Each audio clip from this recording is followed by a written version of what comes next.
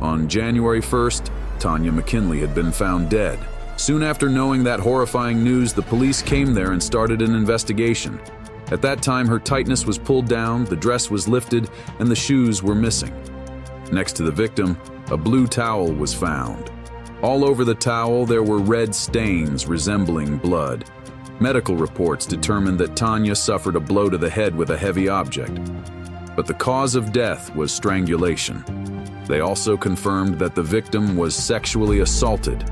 That is because the experts found a semen sample on her dead body. In those years, DNA analysis had not yet become widely used in forensics. Who was Tonya McKinley? What happened to her? Who killed her? Who was the culprit? This is your partner in crime stories. Subscribe and let's move along this mysterious journey ahead. Tonya McKinley was born on January 25, 1961. She resided in a small town in Florida named Milton in America. She was born to a lovely and caring family and had a calm and happy childhood. She had a very close bond with her elder sister. They usually like to play outside together, skateboard, and bowling whenever they have time. Soon after finishing her studies in high school, she quickly moved to Pensacola. It is 25 miles away from her previous hometown. She had a passion for working in the medical field and she had become. She was a medical transcriptionist. To become, Tonya couldn't have a special medical degree. All she had to do was attend the necessary courses offered by the field. Her cousin Vanita was also residing with her. They purchased an apartment for rent together and spent their day-to-day activities. After spending days in Pensacola, Tonya met a guy named Tim. They were very close to each other. They even went on dates and eventually moved together. Afterward, they had married. In 1983, Tonya gave birth to a cute son. His name was Timothy. When Tonya gave birth to his son, the relationship or love chemistry between Tim and Tonya was not so perfect. Every time they have argued with each other. About a year after the child's birth, they decided to part ways. After that, Tonya was moved in by her cousin. At that time, her cousin was also married and had 2 children. Then, she decided to live independently without disturbing others. At the very first opportunity, she got the chance to do it. On December 31st, Tonya and her cousin and cousin's husband decided to celebrate New Year's Eve at a local bar. They set their kids on a night daycare and set off to ring the new year. They had a next-level New Year Eve full of laughter and dances. There, Tonya had also faced very familiar faces in her life. Finally, when midnight dawned, they welcomed the 1985 New Year with happy vibes. Vanita left the local bar with her husband. They were in a hurry because of the daycare that their children were closing sharp at 1 a.m. But Tonya had thought of spending more time in the bar and had not headed with her cousin. For the past 2 years, she has deeply dived into some special responsibilities. She had to look after her son, she had to work at her job, and she had to work as a housewife.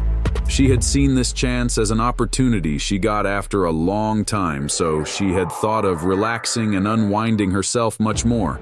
Tonya had told her cousin to pick up her son together with their children. She also agreed to what Tonya asked. At that time, there was a problem with transportation for Tonya because she had come there in her cousin's car. Her cousin had also asked her about his, and she had ensured that someone would offer her a ride when she headed home. On January 1st, Vanita woke up early in the morning. Soon after waking up, she realized that Tonya had not returned home. The time was enough if she had come to the apartment because it was so near to their place. Same time, Vanita had thought that she had gone to one of her friends' places, so she was not overly concerned about her cousin. But that all changed within some time. Her worried mother-in-law came to their apartment and knocked unusually in a hurry. She was with unbelievable news. Tonya had been found dead. At about 3:00 a.m. that day, one woman had noticed the first dead body of a woman was beside the street. After noticing it was the dead body of a woman, she quickly informed this horrifying news to the local authorities. Soon after knowing that horrifying news, the police came there and started an investigation.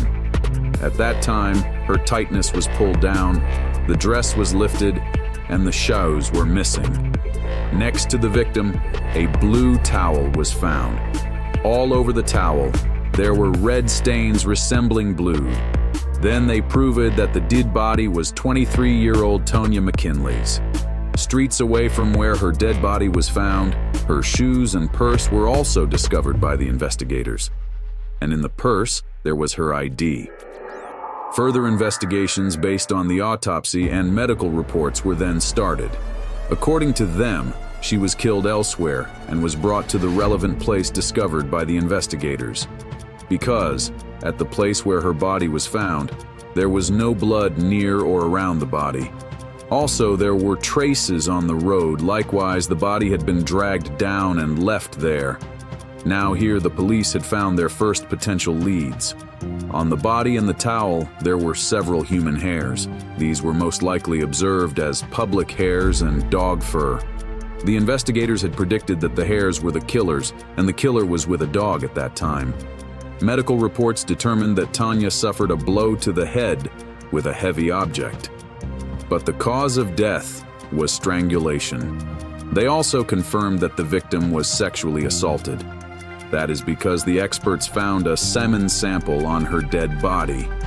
In those years, DNA analysis had not yet become widely used in forensics. All they could identify was that the suspect had type B blood. But these clues had not taken the detectives even near to the killer. Their focus was initially shifted to Tim, the victim's ex-husband. Investigators succeeded in finding what kind of relationship was there between them before their separation. It was also confirmed that Tim was thoroughly against Tonya's decision at that time.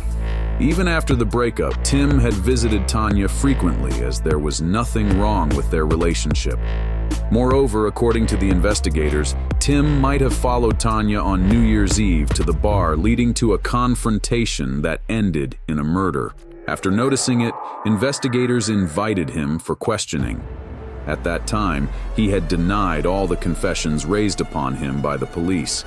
Tim had also promised to give away his hair samples.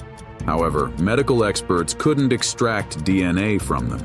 They were able to compare the hairs under a microscope, which would have been sufficient enough to establish similarity. Tim's hair was significantly different from the hair found kept on the victim's body and the towel. Based on this fact, he was temporarily ruled out as a suspect in this case.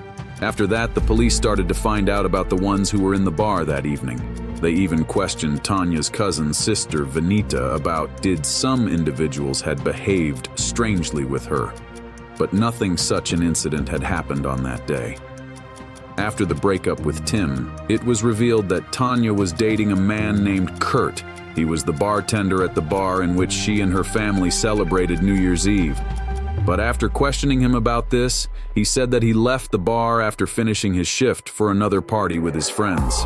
Now, the investigators had also questioned Kurt's friend said that she did not immediately arrive at the party soon after finishing his shift.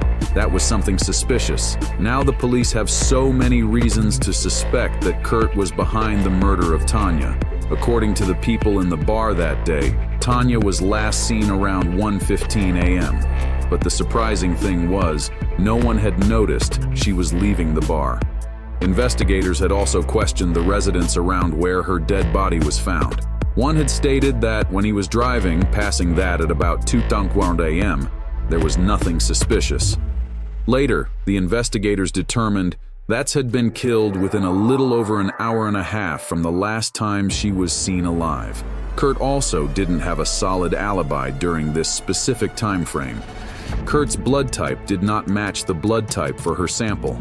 With the development of technology, DNA analysis took place. It proved that the red blood stains on the towel did not belong to Tonya, but to another. The case again went cold, and in 2015, they reopened the case again. In 2018, a journalist who was interested in solving unsolved crime cases took this into his own hands. Now it's 2019. With the help of Parabon, an organization that finds the family stems through DNA. Through that, they found a man born in 1985 matched with this DNA. His name was Daniel Wells. He too lived in the same city and later moved to Pensacola with his family. Now, the investigators are behind him to collect his DNA. They put him under surveillance, and soon the police got an opportunity to obtain his DNA. One day, when the investigators were behind him, he threw a cigarette butt out of his car window near his workplace. Investigators seized it and immediately sent it to the lab. It matched with the victim's DNA. 35 years after the death, finally now here is evidence. What was the connection between Daniel and Tonya? Investigators invited him too to a questioning session. First, he had denied all the confessions for him regarding the murder. Now the investigators had said that his DNA matched up with Tonya's. Daniel admitted to killing Tonya on New Year's Eve. He said they met at a bar and Tonya needed a ride home. Daniel offered to help, and they went to his house. They drank and had consensual, intimate relations. But then they argued, and Daniel can't remember why. He got angry and hit Tonya with a heavy cutting board, causing her death. Panicked, he moved her body to where it was found later. He disposed of her things on his way back.